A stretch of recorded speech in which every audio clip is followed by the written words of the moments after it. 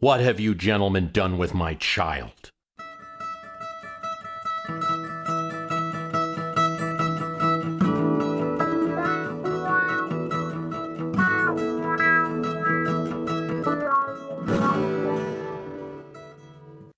You've debased this child. You've sent him out into the streets, in rags of ragtime, tatters of jive, and boogie-woogie. But nobody had taken Lee DeForest's son or daughter. The inventor, or one of the inventors of radio, was talking about what the industry had done to his invention. Before we get into Lee DeForest's words, first, just a reminder that if you're riding down that dark road, tail lights, yellow lines, maybe I'm picturing a big cactus, lonely, dim-lit gas station. Who's with you? Well, I am. Thomas Thornbury writes to me, just purchased my copy of the My History Can Beat Up Your Politics archive, and I'm looking forward to delving into it. Just now introducing my wife to your work, though you and Dan Carlin have long been my travel companions on those dark, early morning car trips that I have to take as part of my job.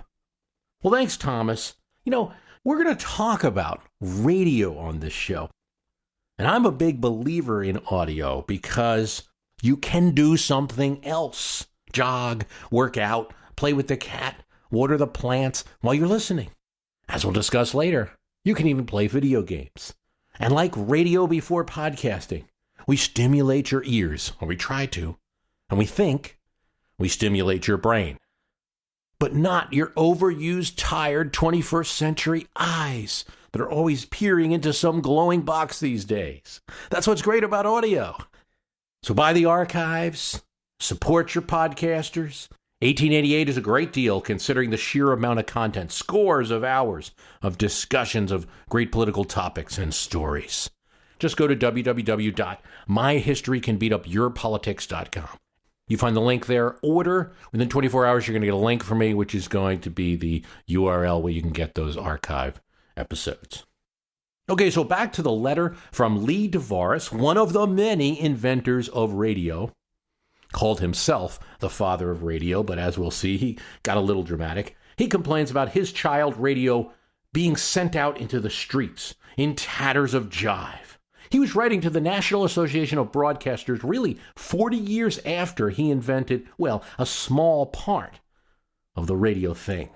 But he wasn't an extreme moralist, like you might think, nor was he just against jazz music.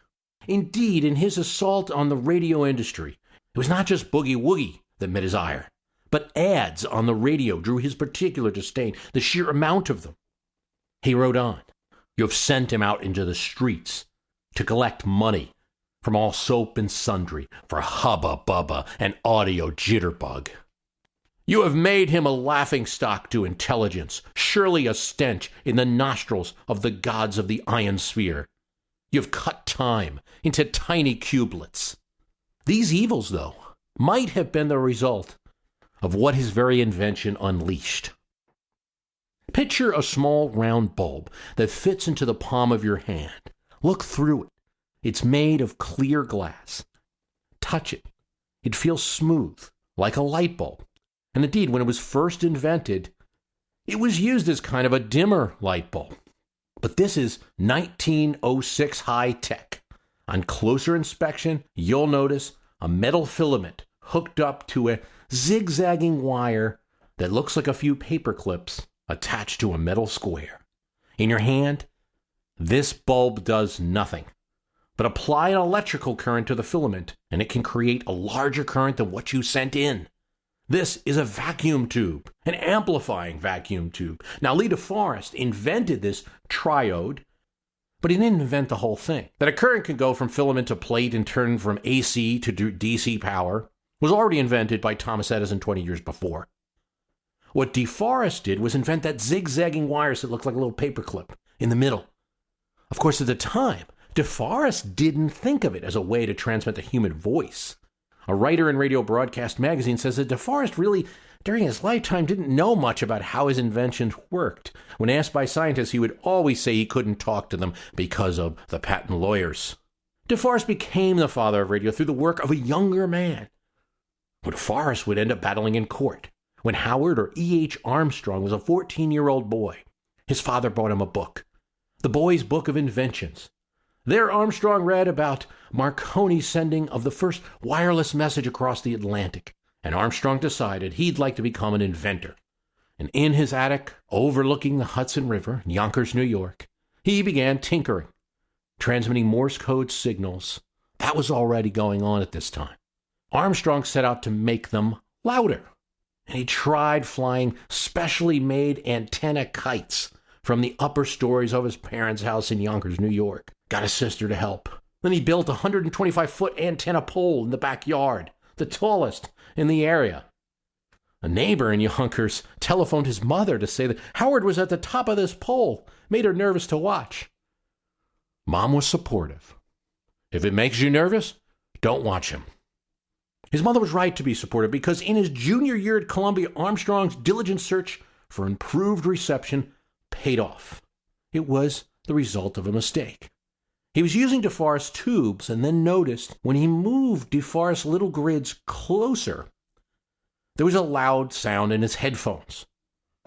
He had invented the regenerative oscillating or feedback circuit, which greatly increased radio signals, and you needed to do that because the radio of the 19-teens could barely be heard. You needed special earphones. But now Armstrong had made them loud enough to be heard across a room. His sister Ethel remembers the moment. Mother and father were out playing cards with friends, and I was fast asleep in bed. All of a sudden, Howard burst into my room carrying a small box. He danced around the room shouting, "I've done it! I've done it!" I really don't remember the sounds from the box. I was so groggy just having been wakened. I just remember how excited he was. So DeForest didn't invent radio. Neither did Armstrong, really. So many names were involved in that. Marconi, Tesla, Edison. DeForest was, though, always around all the developments in radio. Armstrong nor DeForest were the first to broadcast. Neither were the first to become DJs to speak into a microphone and play music, or even to figure out that if they did that, people might listen. Most historians, in your history textbook, will assert that radio broadcasting began in 1920 with the broadcast of KDKA in Pittsburgh, announcing the results of the 1920 presidential election. But really, KDKA was really just the first licensed station in the United States, and not even that. It was just the first licensed station in the United States after all the radio had been turned off during World War I. Station 8MK in Detroit was broadcasting on a regular schedule in 1920 at the same time and delivered those returns as well, but didn't get the press. DeForest was broadcasting in New York well before that.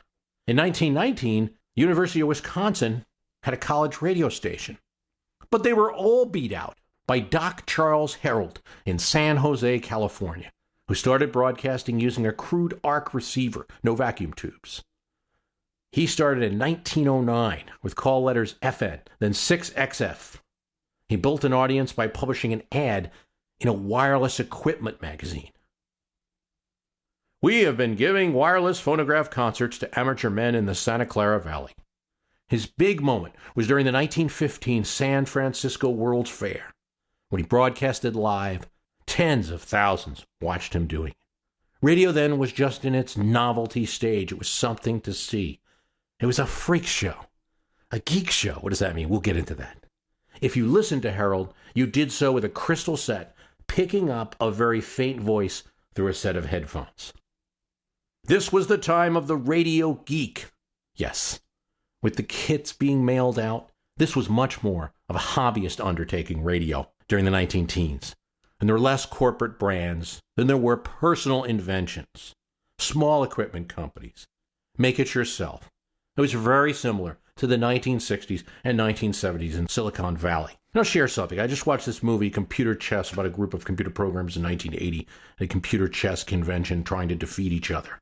Compiling code, running diagnostics, evaluations. It's a great movie for many reasons, but I think that there you can see the idea of computers as this foreign thing. They're having a computer convention. We don't really think of computers that much anymore. It's just whatever, the hardware that exists. Maybe a little bit, I like this laptop better than that one. It's the content. It's the apps. I mean, if anything, we're concerned about hardware when it comes to the phones, but even that's getting boring. Well, back in the 19-teens, radio was where computers were in the 1980s. It was the stuff of geeks. Now, I don't mean to insult, but I think that's the best way to understand the radio people at that time. The word geek comes from the English dialect geek, from Middle Low German geck, and it describes a fool. The word is commonly used to describe the type of freak that might appear in a circus show. Indeed, at the time we're talking about, when radio is invented, if you use that term to describe, say, DeForest or Armstrong, they might shake their head. What are you talking about? Because you were talking about a circus show. Here's a classified ad from Cincinnati in 1916, using this word. Gentleman offering his services. At Liberty, snake charmer or geek man would like to join a show going south. But the word goes back farther. Shakespeare referred to geeks, and his English country talk picks it up in the play Twelfth Night. Why have you suffered to me imprisoned, kept me in a dark house, visited by a priest, and made me the most notorious geek and gull that invention ever played on? So for quite a long time, geeks were bad people, fools, knaves. Then it became a little more of an eccentric person. Maybe in the 1950s, you start seeing the word mean more eccentric, like an egghead. Jack Kerouac writes, Brooklyn College wanted me to lecture eager students and big geek questions to answer. By the time of the 1970s, the term computer geek is out there. Then after the 1990s, when geeks like Bill Gates and Steve Jobs started getting rich, it became really, really cool to be a geek. Well, such it was with the radio industry. It went from geek enthusiast, amateur in the 19-teens, really cool in the late 1920s, and corporate by the 40s and 50s. The people around it became very rich. RCA Corporation, Emerson Radio, all of them made big bucks in the market and in the stock markets as well. All of this change did occur to a great extent with Pittsburgh KDKA and its announcement of Warren Harding's election. People thought, if we can broadcast a presidential election, we can broadcast all kinds of news events and music and radio plays sponsored by soap companies. And the technology grows. 5,000 units of radio sets in the United States, 1920, to more than 2.5 million units in 1924. 600 stations developed by 1922. Imagine having one of them old sets, if you're a country boy, not used to doing much outside of your surroundings. Now hearing perhaps Chicago's first radio station, KYW, broadcasting exclusively opera, the Waldorf Astoria Orchestra, in addition to playing dinner music at the famous hotel of the same name, now starts broadcasting on the radio. Beautiful Ohio, in dreams can I see. You probably only read about a president of the United States in the newspaper. Now, you hear your first president, Woodrow Wilson, captured on radio in 1923, the first broadcast that goes nationwide. He honored the soldiers, but also used the new radio medium to have one last complaint in his life about the American withdrawal from the League of Nations and the abandonment, he said, of his allies. And withdrew into a stubborn and selfish isolation, which is deeply ignoble. This must always be a source of deep mortification, and we should inevitably be forced by the moral obligations of freedom and honor. His voice is weak. He would die the next year. You might hear great moments in history, a dramatic radio series broadcast on NBC, offering recreations of famed historical events. Is that you, John Hancock? Yes, Paul Revere, what's the matter? Matter enough, Hancock. The Redcoats are coming. You might hear The House of Myths, an early radio series which aired on NBC, which would tell stories of the Greeks and their gods. It had an East Coast version, which was bland, by-the-book versions of the Greek myths. Boring. And then a station from the West Coast rewrote them, as an early radio writer, Carlton Morris, said. They said, we can't do these. They're terrible. Can you take them and rewrite them? So they sent me home, and I conceived the idea of doing the myths in modern vernacular, with a heavy tongue-in-cheek innuendo on the sex life of the gods. During those days, the thing that was so pleasant was that there were no standards in writing. You were turned loose to think of something and do it. And out of this maelstrom of confusion came many of the shows that later developed into coast and national shows. It was a wonderful time. It was a new era in a new medium, and everybody had their opportunity. Good for some. This was fabulous stuff, but pretty quickly people realized with all this radio that they could get their message out in the new medium. But maybe their message was scary to some. Radio was being used to advertise things, starting with very innocent concerts for the music that was being played on the radio, and then going to products, first in a subtle underwriting form, and then direct calls to action. People were using the radio to spread religious evangelism, political theories, to run for office. John R. Brinkley in Kansas, among other things, espoused over the airwaves remedies, which he sold. The American Medical Association was very upset over a program in which he read listener mail describing symptoms and then prescribed over the air, describing the medication by number. When listeners visited a pharmacy, Brinkley got a kickback. As the Literary Digest stated in 1924, the power of one man through broadcasting station must be curbed if that man persists in affronting the sensibilities of a large or a small part of the population. Radio should not appeal to vulgarities or morbid affairs. Too many propagandists, religious zealots, and unprincipled persons are using radio to grind their own axes. There were technical issues too. The rapid spread of radio led to inevitable confusion, disruption of frequencies. By 1926, there were 15,111 amateur stations and 500 official broadcasting commercial stations. Listeners of one program were frequently interrupted by overlapping messages. In the words of the New York Times, the radio signal almost anywhere on the dial sounded like the whistle of the peanut stand. Now, I discussed this today because Kristen McHale writes on the My History Can Beat Up Your Politics Facebook site, anybody who has friended me knows that I like to play video games a lot. Why does it seem like politicians are using any opportunity to claim my preferred form of entertainment as the bane of human existence? For anyone who's wondering, Bruce makes great listening for puzzle games. But if you're slashing zombies, just go with Led Zeppelin or Metallica. Thank you, Kristen. It's good to hear that I can at least help with some of the video games. But you're right, video games constantly under attack. Here's a Lamar Alexander, senator of Tennessee. I'm going to wait and see on these bills, but I think video games are the bigger problem in this country than guns, because video games affect people. Cliff Stearns, a Florida Republican, building a video game around a premise based on very realistic cold-blooded assassinations of innocent bystanders and police is more akin to hate speech, not free speech. So yes, your mode of recreation is under attack from the government on a regular basis. But if it makes you feel any better, politicians were also scared of radio. They did wait a little bit to pounce. The industry wanted to move faster, the commercial part of the industry. But once they did in a big way. The airwaves by 1927 were an open forum. Anyone with the expertise and equipment could reach millions of listeners. It was loosely regulated through its growth years in the 1920s. All you had to do was mail a postcard to one individual, Secretary of Commerce Herbert Hoover. And the secretary had no right of refusal.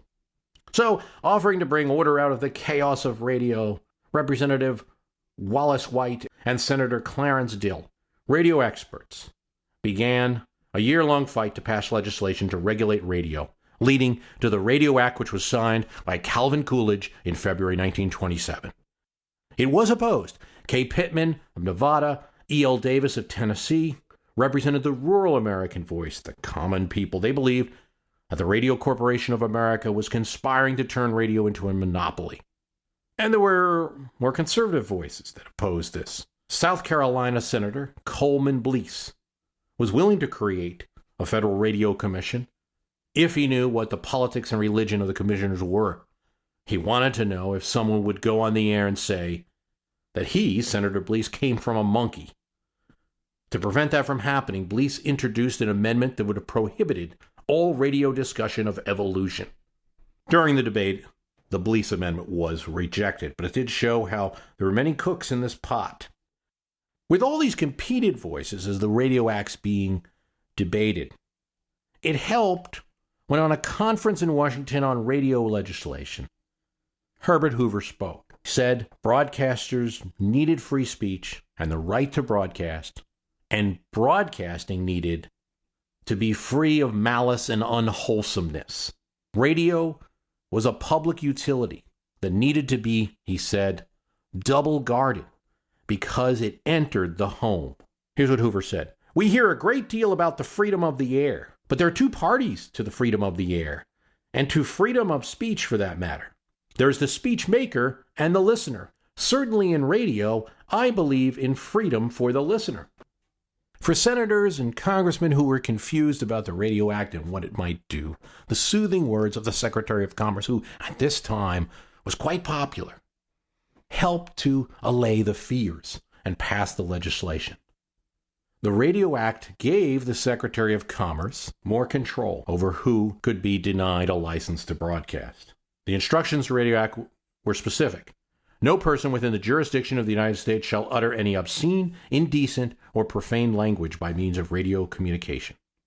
The Federal Radio Commission, created under the Act, could limit the amount of advertising, prohibit programs that it decided were harmful to the public as a whole. Broadcasting, said the sponsor Clarence Dill, was a privilege.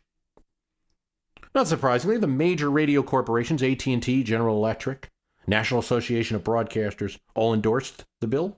Negative voices were heard from the American Association of College and University Broadcasting Stations and the American Radio Relay League, a group of amateurs.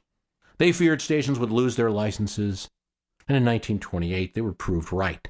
The commissioners created under the Radio Act made drastic reallocations and told 164 stations to justify their existence or be forced to stop broadcasting. Many low-powered independent stations were eliminated. Educational stations fared poorly. WNYC, a city-owned station, still operates today, was forced then to share time with a commercial station, WMCA. City of New York went to court. They said the due process rights under the Fifth had been violated. The judge said radio is a species of interstate commerce and could be regulated. So radio operating in the air was regulated directly by the federal government.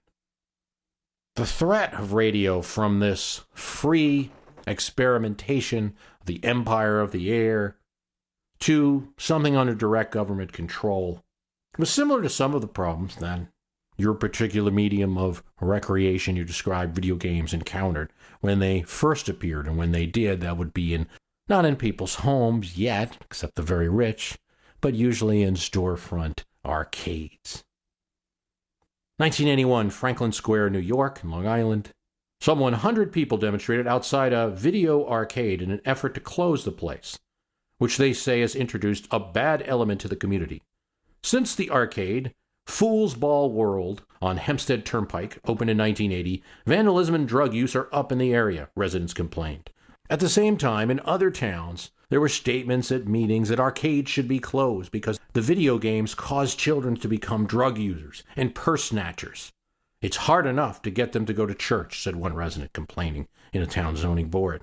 But even the concerns about video arcades in the 1980s had a precedent, and the concerns about pinball machines in bars and other establishments in the 1940s. The city of New York once banned pinball arcades completely. That was pretty common. The Nutley, New Jersey Town Commission adopted an ordinance raising the pinball machine license from $10 to $200, which in 1948, a lot of money. The state of Alabama completely banned pinball machines. You had that famous sheriff, Bull Connor, later of civil rights infamy, complained about pinballs bringing racketeers and gamblers to the state of Alabama if the state legislature loosened its pinball rules. Nor has this stopped. In 2012, the city of Beacon, New York still had an anti-pinball law on the books and recently decided to enforce it when a retro pinball arcade opened up. The city council said that the issue is noise and only noise. The business next to the arcade and the residents above it had a legitimate complaint about noise. Thomas W. Thornbury writes, and My History Can Beat Up Your Politics Facebook site, elected officials have been taking pot shots at games for a very long time. The intellectual predecessor to video games were the tabletop role-playing games, of which Advanced Dungeons & Dragons was once the most popular. In the early 1980s, various religious and other groups started attacking it on flimsy evidence when they didn't outright fabricate it. The movie Mazes and Monsters in 1983 was a propaganda piece designed to attack role-playing games as pastimes that drive teenagers to suicide and breaks with reality, even if there's no evidence of that. Thanks, Thomas. I have a personal history with that one. Why, my fighter had 40 hit points. Pretty good dexterity. His strength meant that you could do +2 damage on an 8-sided die. So it was that a man by the name of Jeff Perrin wrote a set of medieval miniature rules for wargaming, where you would fight with many soldiers at once on this miniature battlefield with little miniature figures. It's 1974. There's no computers. You have your mind and some dice. He was joined by another man, Gary Gygax. A year or so later, Dave Arneson came up with the idea that the rules could be applied to individuals rather than full armies. They completed a system initially called the Fantasy Game, but while doing the final draft, they came up with the title Dungeons and Dragons. And the first release of the game, set of 3 booklets, grew among college and then high school students. Each year, more and more copies of the game were sold. I enjoyed playing these games. I played D&D, and I think it did help my math a bit, especially percentages and probabilities. But I can remember objections to it. I played with one guy once, I remember, who said, look, I don't want any demons in my game. But he was okay with orcs and kobolds, so we entered the caves and started fighting those guys. There's a variety of activities that people like to engage in for entertainment and for creativity and for education. Are we talking about the 19-teens with a group of people with their mail-order radio kits trying to get Morse code signals from a ship? If we're talking about the 1970s and a group of people rolling dice and dreaming of a different fantasy world. If we're talking about the 1980s, where your spaceship consisted of a few pixels, or the video games of today where everything's very real and you're stealing cars in Vice City. There's this spear of government justification, i.e. Herbert Hoover. Radio enters the house so we can regulate it. Or the local mayors. Video games causing crime because of the loitering. Like in so many political issues, it's hard to take one side of the discussion and say one side's always right. But I do think you have a lot of people who played Miss Pac-Man and never became car thieves, who rolled 8-sided dice and never lost their reality. And all this might indicate that a guy playing Warcraft may make a fine CEO or senator very soon. I do hope that we will never see a department of podcasts anytime soon. And I want to thank you for listening. The website is www.myhistorycanbeatupyourpolitics.com. We got the offer there, $18.88. You get the archive of everything we've done and most of the programs we've done since 2006. Lots and lots of episodes there. And if you do like the program, please tell someone about it. I could use some more favorites on Stitcher. I could use a review on iTunes, or just write about it on your blog if you have one, or in some form where people can see it. Thanks for listening.